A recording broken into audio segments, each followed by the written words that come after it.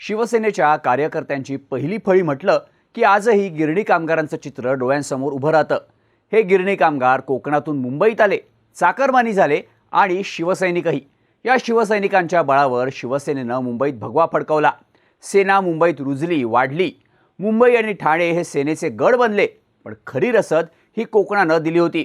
त्यातही रायगड, रत्नागिरी, सिंधुदुर्ग या 3 जिल्ह्यांबद्दल बोलायचं झालं तर इथं शिवसेनेचा आणि ठाकरेंचा आवाज सगळ्यात मोठा होता।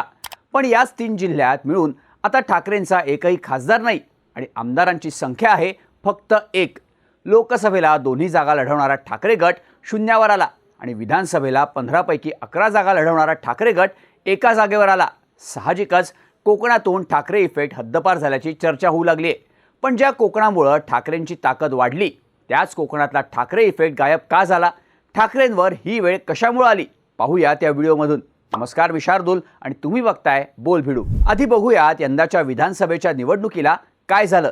तर ठाकरेंनी कोकणातल्या 3 जिल्ह्यातल्या 15 जागांपैकी 11 जागा लढवल्या। राजापूरमधून राजन साळवी, कुडाळमधून वैभव नाईक आणि गुहागरमधून भास्कर जाधव असे 3 विद्यमान आमदार ठाकरेंनी रिंगणात उतरवले। रत्नागिरीमधून बाळ माने, सावंतवाडीमधून राजन तेली अशा उमेदवारांना ऐनवेळी प्रवेश देऊन तिकीट दिलं। पण या सगळ्यात फक्त गुहागरची जागा भास्कर जाधव यांनी राखली। बाकी सगळीकडे ठाकरेंच्या उमेदवारांनी पराभवच पाहिला। महाविकास आघाडीला या 3 जिल्ह्यातल्या 15 जागांपैकी फक्त एकच जागा जिंकता आली। खापर अर्थातच ठाकरेंवर फुटलं, कारण हा बालेकिल्ला ठाकरेंचा, हा बालेकिल्ला शिवसेनेचा। हा बालेकिल्ला ठाकरेंच्या हातून निसटायला सुरुवात झाली ती शिवसेनेत पडलेल्या फुटीनंतर। कारण 2019च्या विधानसभा निवडणुकीत या 3 जिल्ह्यातून शिवसेनेचे 9 आमदार निवडून आले होते। लोकसभेत 1 खासदार निवडून आले होते। बंडानंतर खासदार विनायक राऊत ठाकरेंसोबत थांबले, पण 9 आमदारांपैकी भास्कर जाधव, राजन साळवी आणि वैभव नाईक हे 3 आमदारच ठाकरेंसोबत राहिले। त्यामुळे ही गॅप भरून काढणं हे ठाकरेंसाठी मोठं आव्हान होतं। कारण उदय सामंत, भरत गोगावले, दीपक केसरकर या आमदारांनी आपले मतदारसंघ ताकदीनं बांधले होते। साहजिकच ही पोकळी मोठी होती, जी भरून काढताना ठाकरेंना पहिला धक्का बसला तो लोकसभा निवडणुकीला। रायगडमध्ये सुनील तटकरे यांच्या विरोधात ठाकरेंनी अनंत गीते यांना संधी दिली। गीते हे कित्येक टर्म रायगडचे खासदार राहिले होते, पण त्यांच्याबद्दल नाराजी असल्याची चर्चा होती। 2019च्या पराभवानंतर त्यांचा मतदारसंघाशी असलेला कनेक्ट तुटला होता। तरीही ठाकरेंनी भाकरी फिरवली नाही, त्यांनी गीते यांनाच मैदानात उतरवलं। तटकरेंचं रायगडचं ग्राउंड भक्कम असल्यानं त्यांनी इथे सहज बाजी मारली। हेच रत्नागिरी, सिंधुदुर्गमधून ठाकरेंनी विनायक राऊत यांना रिपीट केलं। समोर स्वतः नारायण राणे होते। राऊत रत्नागिरीमधल्या यशावर अवलंबून राहिले, तिथून त्यांनी लीड सुद्धा काढलं। पण राणेंनी सिंधुदुर्गात एवढा मोठा फोर्स लावला की सिंधुदुर्गातल्या लीडच्या जोरावर सीट निघाली। लोकसभेला भाजप आणि अजित पवार गटाची सरशी झाली। ठाकरे कोकणातून मायनस झाले। मग आली ती यंदाची विधानसभा निवडणूक। ठाकरेंवर फक्त आपले 11 निवडून आणायची जबाबदारी नव्हती, तर महाविकास आघाडीचे 15 निवडून आणायचे होते। पण ठाकरे आपल्या 11 मध्येच अडकले। ठाकरेंचा कोकणातला प्रचारातला सगळ्यात मोठा मुद्दा होता तो म्हणजे पक्षफूट, गद्दारी आणि निष्ठा। पण कोकणात चर्चा रंगली ती ठाकरेंनी निष्ठावंतांना डावलल्याची। रत्नागिरी विधानसभा मतदारसंघात ठाकरे गटाकडून उदय बने इच्छुक होते। त्यांनी बंडापासूनच तयारी करायला सुरुवात केली होती। निष्ठेचा मुद्दा त्यांच्या बाजूने होता। त्यांनी कार्यकर्त्यांचं जाळं तयार केलं होतं। पण निवडणुकीच्या तोंडावर ठाकरेंनी भाजपचे माजी आमदार बाळ माने यांना पक्षात घेतलं आणि तिकीट सुद्धा दिलं। उदय सामंत यांनी माने यांचा 3दा पराभव केला होता, त्यामुळे मानेंना यंदाही फाईट उभी करता आली नाही। त्यात उदय बने यांना तिकीट नाकारण्यात आल्यामुळे ठाकरेंचं केडर नाराज झाल्याची चर्चा झाली। हेच सावंतवाडीमध्ये राजन तेली यांच्याबद्दल सुद्धा झालं। भाजपच्या नेत्यांना ठाकरेंनी तिकीट दिल्यानं निष्ठेचा मुद्दा प्रचारात आणताच आला नाही। दुसऱ्या बाजूला ठाकरेंना मित्रपक्षांशी जुळवून घेता आलं नाही। शेतकरी कामगार पक्ष हा महाविकास आघाडीत ठाकरेंचा मित्रपक्ष। रायगडमध्ये शेकापची चांगली ताकद। शेकापनं यंदाच्या विधानसभेला रायगडमध्ये अलिबाग, पनवेल आणि पेण अशा 3 जागा लढवल्या। अलिबागची जागा सोडली तर इतर 2 जागांवर ठाकरेंनी सुद्धा आपले उमेदवार उभे केले। या दोन्हीकडच्या उमेदवारांमध्ये मतांचं विभाजन झालं, ताकद एकत्रितपणे लागली नाही आणि त्याच गोष्टीचा फटका ठाकरेंना बसला, शेकापला बसला आणि पर्यायानं महाविकास आघाडीला सुद्धा बसला। राजापूरला काँग्रेसमध्ये बंडखोरी झाली। सावंतवाडीला शरद पवार गटात बंडखोरी झाली। थोडक्यात ठाकरेंना आपल्या बालेकिल्ल्यात महाविकास आघाडीची ताकद एकत्र ठेवता आली नाही।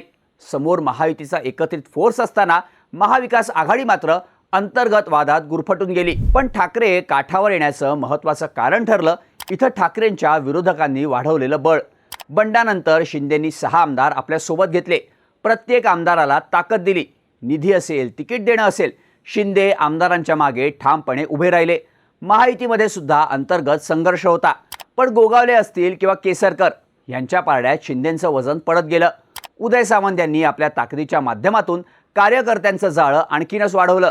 ठाकरेंच्या 3 स्टँडिंग आमदारांपैकी 2 आमदारांना शिंदेंच्या उमेदवारांनी हरवलं। त्यात राजन साळवी यांच्या विरोधात किरण सामंत जिंकले, वैभव नाईकांच्या विरोधात निलेश राणे जिंकले। या दोन्ही उमेदवारांची वैयक्तिक ताकद हा मोठा फॅक्टर ठरला। इथंच शिंदेंच्या आमदारांच्या विरोधात ठाकरेंनी दिलेले उमेदवार कमी पडल्याची चर्चा झाली। ठाकरेंना कोकणातल्या या 3 जिल्ह्यात अपयश येण्याचं आणखी एक कारण ठरलं नारायण राणे यांची वाढलेली ताकद।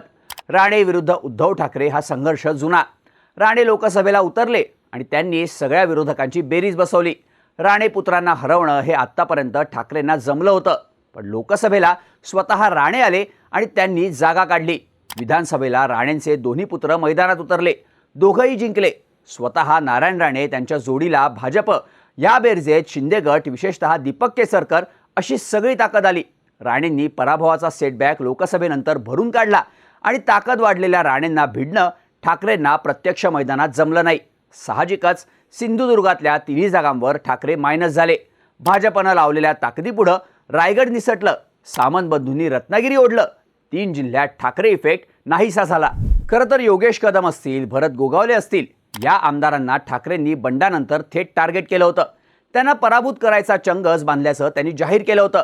पण ज्या प्रकारे पवार तळ ठोकून राहिले, ज्या प्रकारे फडणवीसांनी बंडखोरी मिटवली, ज्या प्रकारे शिंदेंनी ग्राउंडवरची समीकरणं भक्कम केली, ज्या प्रकारे राणेंनी विरोधकांच्या बेरजा केल्या, त्या यादीत ठाकरे मात्र बरेच मागे पडले। गुहागरला भास्कर जाधव निवडून आले, त्यात ठाकरे इफेक्टपेक्षा जास्त भास्कर शेठची ताकद महत्त्वाची होती असं सांगण्यात येतं। पण इतर ठिकाणी ना उमेदवारांचा वैयक्तिक करिश्मा वर्कआउट झाला आणि ना ठाकरे इफेक्ट। ज्या कोकणात शिवसेना रुजली, ज्या कोकणी माणसामुळे शिवसेना रुजली, ठाकरे रुजले, त्याच कोकणात ठाकरे काठावर आले। इथं मशाल म्हणावी तशी पेटलीच नाही, कमळ मात्र फुललं आणि धनुष्यबाणानं वेध घेणं चुकवलं नाही। तुम्हाला काय वाटतं? कोकणातल्या 3 जिल्ह्यात ठाकरे इफेक्ट का दिसला नाही? याबद्दलची तुमची प्रतिक्रिया आम्हाला कमेंट करून नक्की सांगा आणि अशाच माहितीपूर्ण व्हिडिओजसाठी बोल व्हिडिओच्या YouTube चॅनलला सबस्क्राईब करायला विसरू नका।